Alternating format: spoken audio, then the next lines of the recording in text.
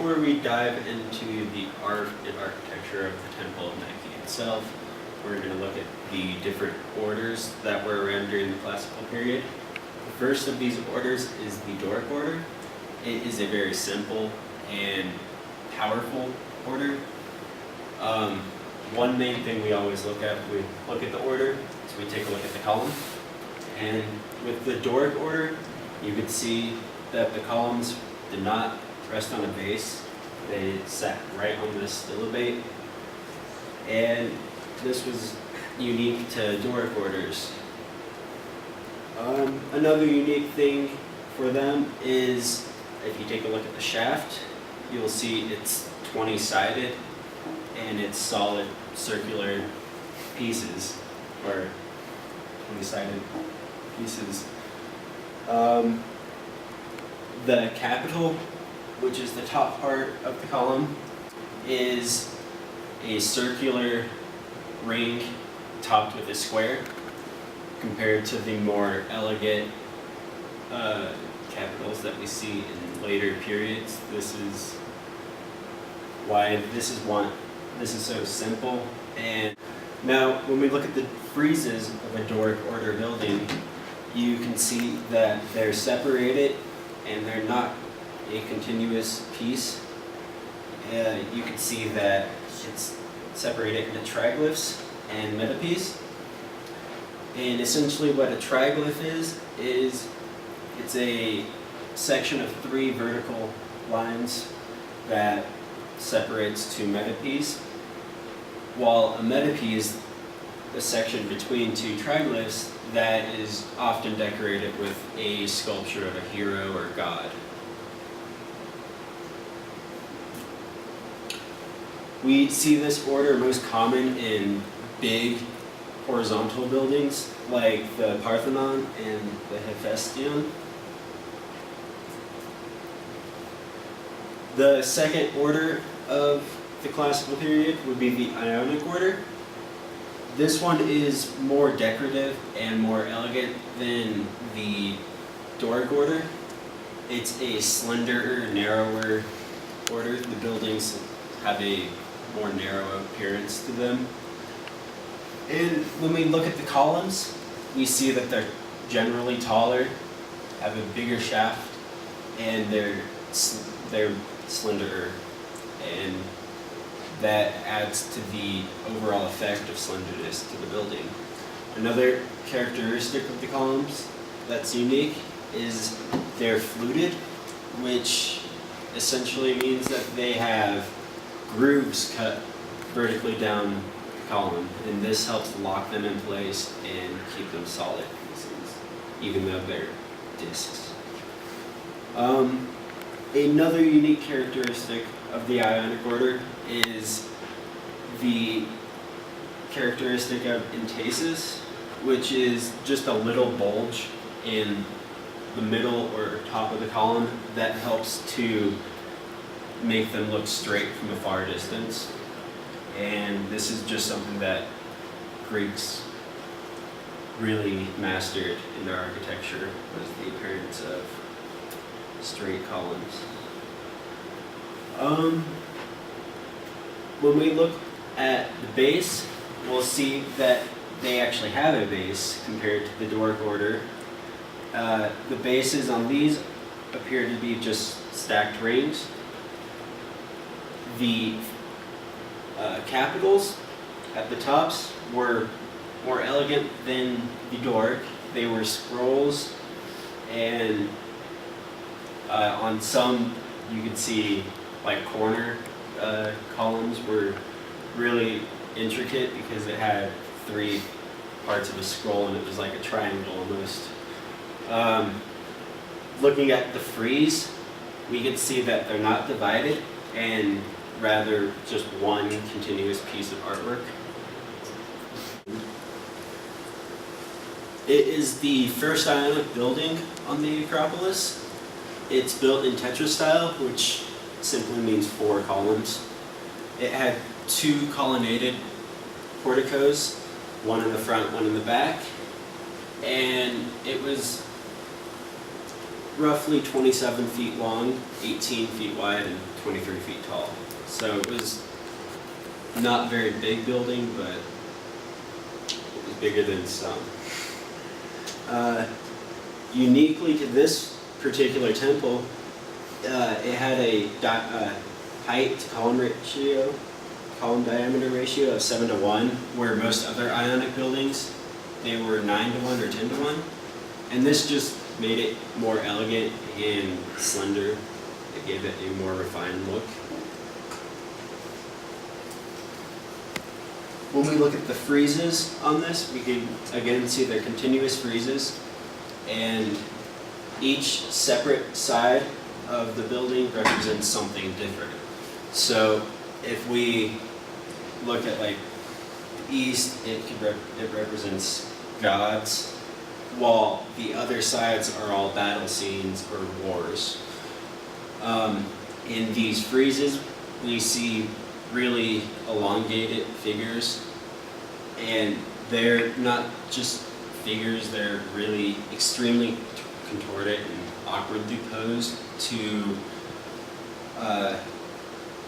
kind of fight the idealized person, I guess you could say. When we look at the south side, we can see a battle of marathon depiction between the Greeks and the Persians. Looking at a section of it, you could see how this is one completely different style of like clothing and almost a body language than this one over here. This would be the Greek and this would be the Persian. This is believed to be one of the earliest, if not the earliest, commemorative sculpture of a historical event. The north side, it showed a battle between either the Greeks, possibly the Athenians and the Batoians, or others believe it could have shown a battle, or a depiction of the Battle of Plataea, which was a battle between the Greeks and the Persians. On the west, which is this part right here, we see a battle scene between Greeks, and this is believed to be a depiction of the Peloponnesian War, which was taking place around the same time the temple was being constructed, so it would make sense to have some kind of reference in the building. And like I mentioned, the east is the only side that was not a battle scene. On the east is a representation of gods and goddesses and various activities. One reason that this is the only side is because it's the entrance to the building, and so we see the different gods. This is the actual frieze, and this is a artist rendition of what it looks like in its present condition. Alright, so these are depictions of the sculptures on the parapet of the Temple of Nike. Looking at them, we could see that they're images of Nike doing daily activities. Like this is one of her binding a sandal. This is believed to be one of Nike participating in a bull sacrifice. These sculptures that are on the parapet are thought to be rather monotone and repetitive. This is because that rather than focusing on the image of Nike and the actual figure, the artist focused on the drapes and their clothing. So looking at these drapes, we can see a change in the craftsmanship of the time.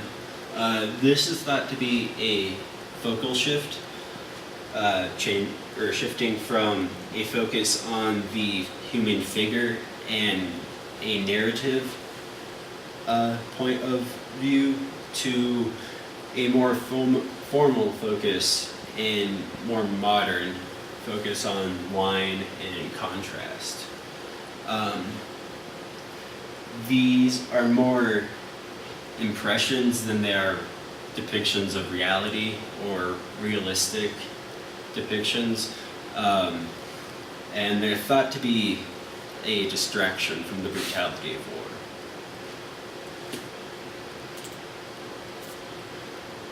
When we take a look inside the Temple of Nike, we enter into the cella from the east. Entering the cella, you notice that it is a small room, only about 5 meters by 5 meters.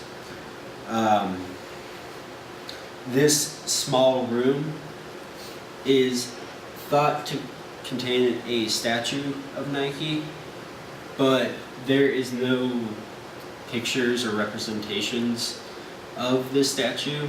The only way we have an image of this is through ancient writers like Pausanias or other ancient writers.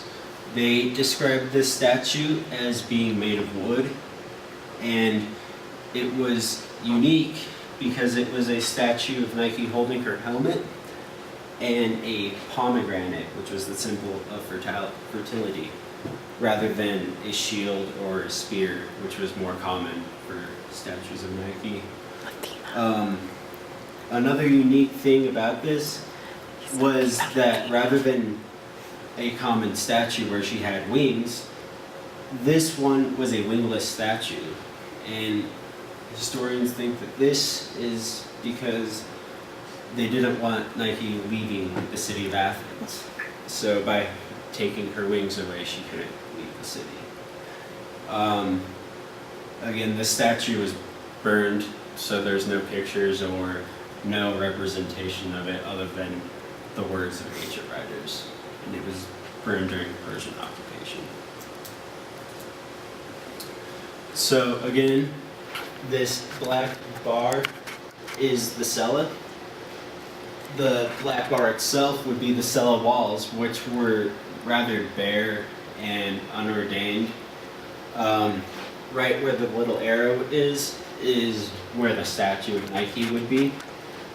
And when we look at the remains of the earlier temple that was built under this, we can see that this temple had a statue of Nike as well. This is believed to be the base of that statue.